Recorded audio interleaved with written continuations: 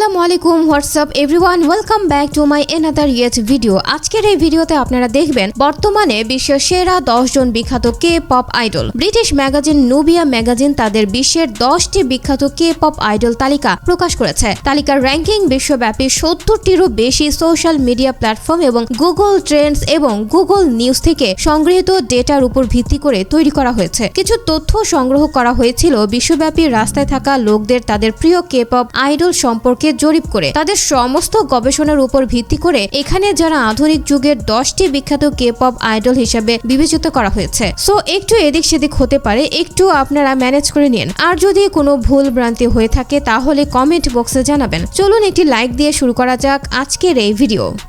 তো আমাদের 10 নম্বর অবস্থানে রয়েছে এস্ট্রো ব্র্যান্ডের চা ইউ নো।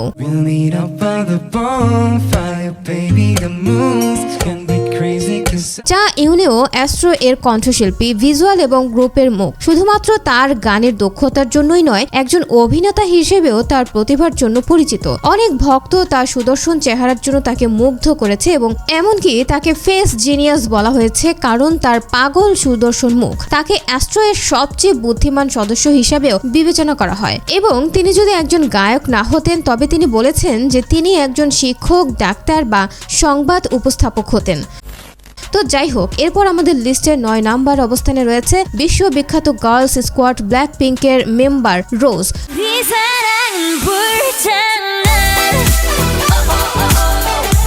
রোজ হলো ব্ল্যাক পিঙ্কের প্রধান কণ্ঠশিল্পী এবং প্রধান নৃত্যশিল্পী এবং সব কিছুতেই এতটাই প্রতিভাবান যে তিনি যে বছর অংশগ্রহণ করেছিলেন সে বছরই ওয়াইজি এন্টারটেনমেন্টের অস্ট্রেলিয়ান অডিশনে তিনি প্রথম স্থান অধিকার করেছিলেন। তিনি তার অনন্য এবং সুন্দর গাওয়া কণ্ঠের জন্য সবচেয়ে সুপরিচিত এবং ভক্তরা তাকে সেই সাথে তার সুন্দর চেহারার জন্য তাকে তার ভক্তরা অত্যন্ত ভালোবাসে।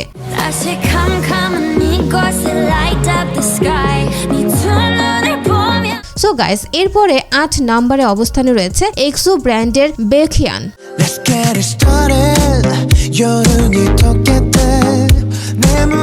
এক্সো এর প্রধান কণ্ঠশিল্পী বেখিয়ান তার গ্রুপের একমাত্র সদস্য যিনি এই তালিকায় জায়গা করে নিয়েছেন। এই তালিকার অন্যদের মতো তিনি নাটকে অভিনেতা হিসেবেও অভিনয় করেছেন, যেমন মুন লাভার্স, স্কারলেট হার্ট রাও দেখিয়েছেন তিনি কতটা বহু প্রতিভাবান। তিনি একক শিল্পী হিসেবে অত্যন্ত সফল। তার একাধিক একক অ্যালবাম 1 মিলিয়নেরও বেশি বিক্রিতে পৌঁছেছে।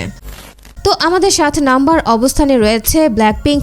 বিশ্বের অন্যতম সফল কে পপ আইডল হলেন যিনি 2016 সালে ব্ল্যাক পিঙ্ক দিয়ে আত্মপ্রকাশ করেছিলেন। তিনি তার বিখ্যাত গান সোলো 2018 সালের নভেম্বরে প্রকাশ করেছিলেন, যা তার ব্যাপক আকর্ষণ অর্জন করেছিল।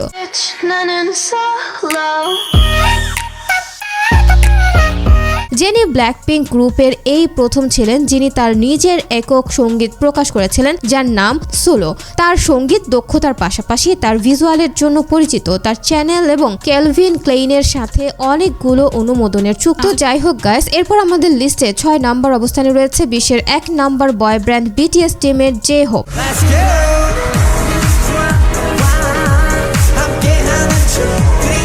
বিটিএস এর প্রধান নৃত্যশিল্পী, সাব র্যাপার এবং সাব ভোকালিস্ট জে হোপ এই তালিকায় থাকা কয়েকজন বিটিএস সদস্যের মধ্যে প্রথম। তিনি তার অবিশ্বাস্য নৃত্য দক্ষতার পাশাপাশি র্যাপিং এবং গানে তার প্রতিভার জন্য সবার তাকে পছন্দ করেন। তবে তিনি তার উজ্জ্বল প্রফুল্ল ব্যক্তিত্বের জন্য সবাই তাকে আরো বেশি পছন্দ করেন, যা যে কাউকে হাসাতে পারে। প্রকৃতপক্ষে তিনি জে হোপ নামটিও বেছে নিয়েছিলেন কারণ তিনি তার ভক্তদের জন্য আলো এবং আশার উৎস হতে চেয়েছিলেন।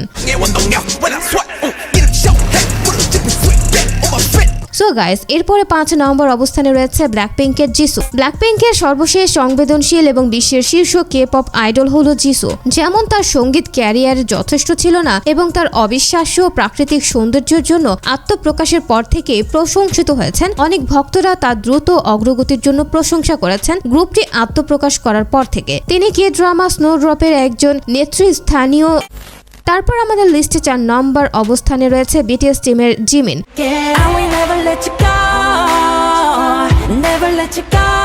জিমিন 2013 সালে বিটিএস এর সদস্য হিসেবে আত্মপ্রকাশ করেন। তিনি বিগ হিট এন্টারটেইনমেন্টের রেকর্ড লেভেলের অধীনে এটি করেছিলেন। তাকে দলের সেরা গায়ক হিসাবেও বিবেচনা করা হয়। তার মনোমুগ্ধকর নৃত্য দক্ষতা, এমনকি আধুনিক নৃত্যের শীর্ষ ছাত্র হিসেবে বুসান হাই স্কুল অফ আর্টসে প্রবেশ এবং মিষ্টি মসৃণ কণ্ঠের জন্য দীর্ঘকাল প্রশংসিত হয়েছেন। কে পপে তার প্রজন্মের অন্যতম সেরা অভিনয় শিল্পী হওয়ার পাশাপাশি অনেক ভক্ত তার সৌন্দর্যের জন্য তার প্রশংসা করেন।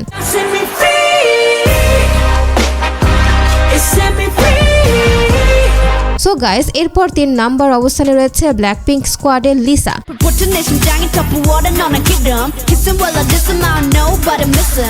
লিসা ব্ল্যাকপিঙ্কের প্রধান নৃত্যশিল্পী, প্রধান র্যাপার, সাব ভোকালিস্ট এবং মাকনা। এই তালিকায় তার গ্রুপের সর্বোচ্চ র্যাঙ্কিং সদস্য। তিনি তার কে পপ প্রজন্মের সেরা মহিলা নর্তকদের মধ্যে একজন মনোনীত হয়েছেন এবং 2010 সালে থাইল্যান্ডে তার অডিশনের সময় ওয়াইজি এন্টারটেইনমেন্ট গৃহীত একমাত্র ব্যক্তি ছিলেন।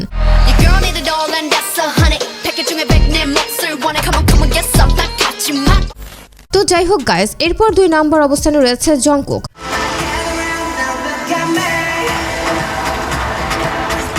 জংকুক প্রধান কণ্ঠশিল্পী, প্রধান নৃত্যশিল্পী, সাব র্যাপার, সেন্টার এবং বিটিএস এর মাকনা। কোনো কারণেই গোল্ডেন ম্যাকনের শিরোনাম নেই। তিনি মূলত যা কিছু করার চেষ্টা করেন তাতে তিনি শ্রেষ্ঠত্বের জন্য পরিচিত, বিশেষ করে যখন এটি বাদ্যযন্ত্র এবং অ্যাথলেটিক প্রতিভা আসে। যখন সে মিডল স্কুলে ছিল তখন সে সুপারস্টারকে অডিশনে অংশগ্রহণ করেছিল এবং যদিও সে এলিমিনেশন রাউন্ডে উত্তীর্ণ হয়নি, বাড়ি ফেরার পথে 8টি ভিন্ন বিনোদন সংস্থার কাছ থেকে অফার পেয়েছিলেন জংকুক। তো গাইজ, আমাদের লিস্টের সর্বশেষ রয়েছে বিশ্বের সবচেয়ে জনপ্রিয় এবং সুপরিচিত কিম তাওহিং ওরফে ভি। কিম তাওহিং ভি হিসেবে সবচেয়ে বেশি পরিচিত একজন 24 বছর বয়সী প্রতিভা। 15 বছর বয়সে ভি এর যাত্রা অপ্রত্যাশিতভাবে উন্মোচিত হয় যখন তিনি বিগ হিট এন্টারটেইনমেন্টে অডিশন দিতে এক বন্ধুর সাথে যান। যদিও প্রাথমিকভাবে তার বন্ধুকে সমর্থন করার জন্য সেখানে ভি একজন নির্বাহীর দৃষ্টি আকর্ষণ করেন যিনি তাকে অডিশনে উৎসাহিত করেছিলেন। এখন বিগ হিট এন্টারটেইনমেন্টের সম্মানিত ব্যানারের অধীনে ভি আইকনিক গ্রুপ বঙ্গতান সোনিয়ন্দন এর একটি গুরুত্বপূর্ণ সদস্য হিসেবে দাঁড়িয়েছে। বিটিএস এ তিনি প্রধান নৃত্যশিল্পী, সাব ভোকালিস্ট এবং ভিজুয়াল হিসেবে বহুমুখী ভূমিকা গ্রহণ করেন। তিনি 4 সেপ্টেম্বর 2023 এ মিনি অ্যালবাম লেউভার দিয়ে একটি দুর্দান্ত একক আত্মপ্রকাশ করেছিলেন। উপরন্তু ভি 2016 সালের শেষের দিকে অভিনয়ের জগতে প্রবেশ করেন। ঐতিহাসিক নাটক হোয়ারাঙে তার অভিষেক হয়। তিনি বর্তমানে বিরতিতে আছেন এবং 11 ডিসেম্বর 2023 সাল থেকে তার সামরিক চাকরির দায়িত্ব পালন করছেন। তো গাইজ, আজকের এই ভিডিওটি এ পর্যন্তই। আর ভিডিওটি কেমন লেগেছে আপনার কাছে সেটি কমেন্ট বক্সে জানাতে ভুলবেন না এবং পরবর্তীতে এই ধরনের ভিডিও পেতে অবশ্যই চ্যানেলটি সাবস্ক্রাইব করে পাশে থাকা বেল আইকনটি অল সেট করে রাখবেন। তো আজকের মতো এখানে বিদায় নিচ্ছি, দেখা হবে পরবর্তী নতুন কোনো একটি ভিডিওতে। ততক্ষণ ভালো থাকবেন, সুস্থ থাকবেন, টেক কেয়ার, আল্লাহ হাফেজ। अब तुम लोग गलती से अगर नए हो तो सब्सक्राइब करो, वो जो लाल वाला बटन है उस पर अपने जीजा जी फेंक के मारो या फूफा जी, मुझे नहीं पता, बस क्लिक हो जाना चाहिए। अब मैं भी जा रहा हूं, मुझे मुठिया बेलने जाना है। बाय।